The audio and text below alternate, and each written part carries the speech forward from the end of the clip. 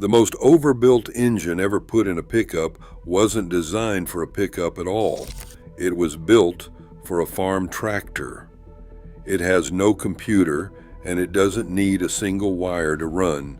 Bolt it into a truck, and it will keep running long after the body around it has rusted away, sometimes past 1,000,000 miles. It even saved Dodge from walking away from trucks for good. So how did an engine built to crawl through a field become the toughest motor ever bolted into a pickup? To understand this engine, you have to forget the truck it's famous for, because it was alive and working years before that truck existed, and it was never meant to move people at all. In 1984, a company called Consolidated Diesel began building a new inline-six diesel in Rocky Mount, North Carolina.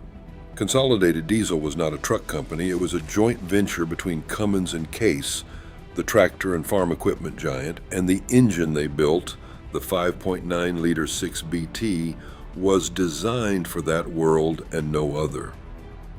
It went into tractors, combines, road graders, sprayers creeping across a field, boats, wood chippers, even school buses, in dozens of countries and every climate on Earth. This was an industrial engine built to run flat out, all day, every day, for 10,000 hours and more, in machines that beat on an engine far harder than any pickup ever could. So years before it ever saw a Dodge, this engine was already out in the world, pulling plows and turning propellers. It was built to survive a farm and a working boat, and that one fact is the secret behind everything that comes next. This is where the truck comes in and where the story turns strange. By the late 1980s, Dodge was losing the truck war, and badly. Ford and Chevy owned the market. The Dodge Ram was a distant, dated third, still built around a gas engine whose design traced back decades. Dodge needed something no rival had, and it needed it fast. So in 1989, Dodge did something nobody saw coming. It reached clean past the car world and dropped that farm engine, the industrial 6BT, straight between the frame rails of the Ram.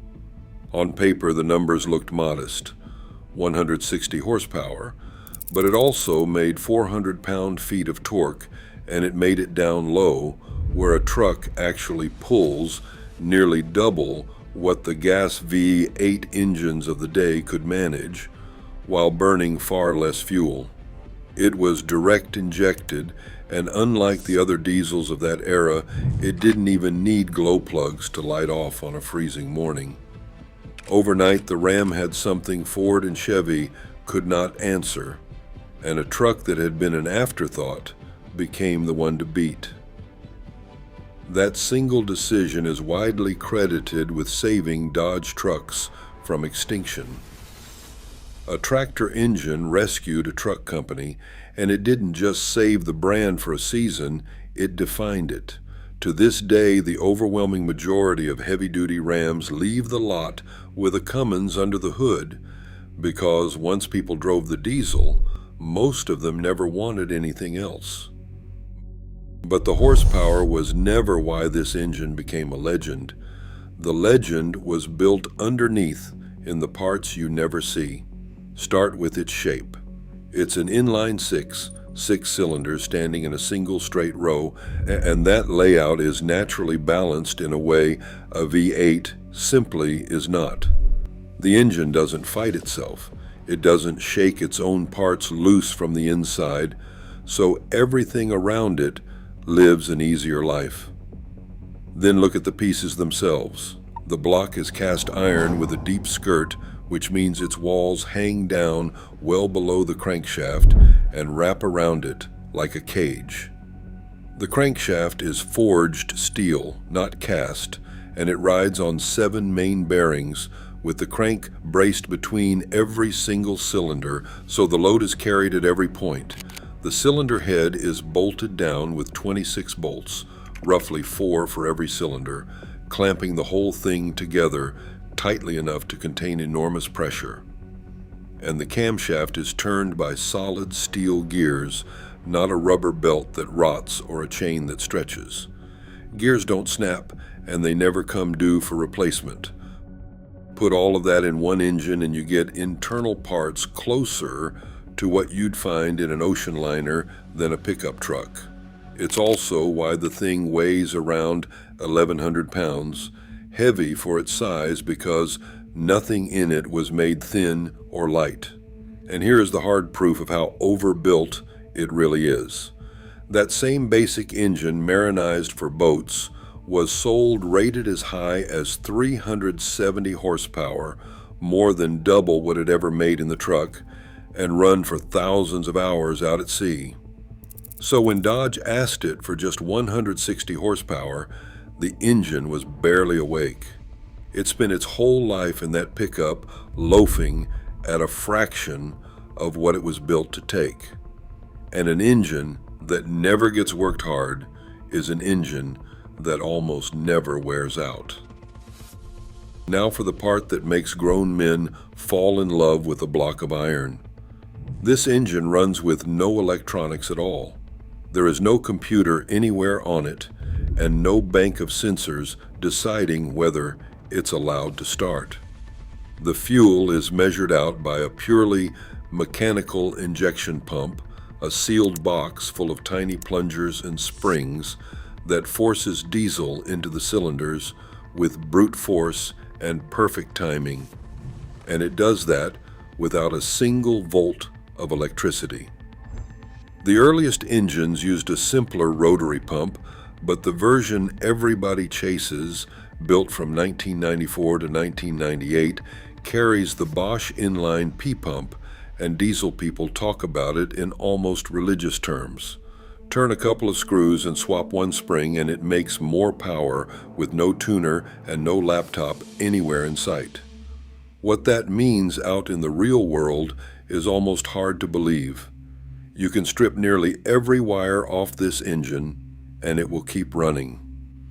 With nothing electronic on board, there's nothing to short out, nothing to corrode, and nothing to strand you on a cold morning. It is, in the most literal sense, too simple to break, and simple things last. That same simplicity is why people still yank these engines out and swap them into everything from old Fords to Army trucks. There's no wiring to untangle, it just runs. And there's one more thing, something no spec sheet can capture. You can hear a 12-valve coming before you ever see it. The mechanical pump and the direct injection give it a hard, unmistakable clatter at idle, a sound diesel people can pick out of a crowded parking lot with their eyes shut. It was never refined, and it was never trying to be. To the people who love these trucks, that racket is the whole appeal. It's the sound of an engine with no computer softening its edges, nothing standing between the driver and the machine but iron, diesel, and timing. Now, honesty matters because no engine is flawless, and this one does have a single, real weakness. It even earned a name: the killer dowel pin. When the engine is assembled at the factory, a small steel pin is pressed into the block to line up the timing gear cover, and from the factory, nothing holds that pin in place but friction. Over years of vibration and heat cycles, the pin can slowly walk its way out of its bore. Most of the time, it simply drops into the oil pan and rests there, harmless. But if it lets go at the wrong instant, it can fall into the spinning timing gears and wreck the front of the engine in a heartbeat. That is exactly why owners gave it such a grim name, and the fix tells you everything about this engine. It costs about $50 and one afternoon in the driveway. You slip a small metal tab over the pin so it can never fall, and that one weakness is gone for good. That is the one thing that can truly kill this engine. One pin, solved for the price of dinner. So take all of it together in a single breath An engine built for the merciless duty of a farm, balanced by its very shape, forged and bolted and geared like something out of a ship, running its whole life at a fraction of its limit, with no electronics to fail, and its one flaw curable in an afternoon. What you get is an engine that simply will not wear out. Owners routinely run these past 300,000 miles without ever cracking them open. Plenty sail past 500,000, and at least one documented 5.9 Cummins has covered more than 2.6 million miles. That is not a typo. 2.6 million. The engine so thoroughly outlives the truck wrapped around it that people now buy rusted, worn-out 1990s Dodges for one reason only: to cut the engine free and bolt it into something newer. The body gives up. The engine just keeps going, and that is the impossible part, the thing this whole story has been driving toward. Nobody at Cummins or Dodge ever set out to build the greatest truck engine in history. No one sat in a design room chasing a legend. They built a plain, honest industrial engine to spin a tractor's wheels and a boat's propeller. And they built it with enormous margin because a farm and the open ocean forgive nothing. Then they dropped that over-engineered workhorse into a pickup that asked almost nothing of it. The greatness was never the plan. It was a side effect of building an engine for a life far harder than the one it ended up living. That is the impossible engineering of the 12-valve Cummins. It became immortal for the simplest reason of all. Immortality was never the goal. If you enjoyed this video, subscribe and watch the next video above.